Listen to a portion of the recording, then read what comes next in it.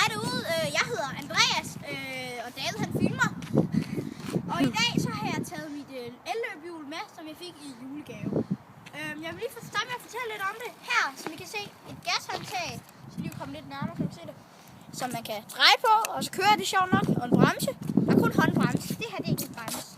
Det er ikke nogen bremse. Der er kun håndbremse.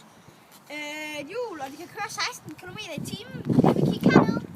Hernede er den, der holder det her batteriet. Og hernede, der har vi motoren. Hvis I lige kan gå ned og se der, motoren sidder i den der motor.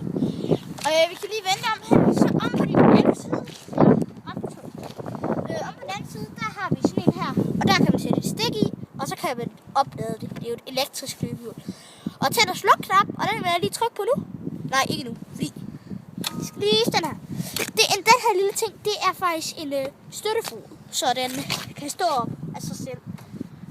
Tænk, den lille en kan holde det store løbehjul. Nå, nu trykker vi på tændknappen. Og så kører vi en lille tur.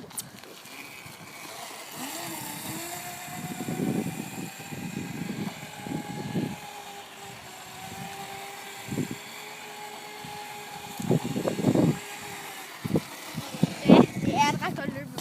Nu tror jeg lige, David han kører en tur på det. Ved du ikke? Jo. Okay, så tager jeg lige kameraet her. Ja, og man skal, før at løbehjulet det går i gang, så skal man skubbe det i gang. Ja, så skubber han lige, og så kan man dreje på gashåndtaget, og så kører det.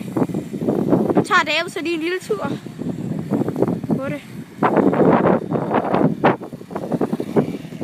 Ja. Ja, og så er det slut for i dag. Ja, tak her fra David og Andreas. Hej hej.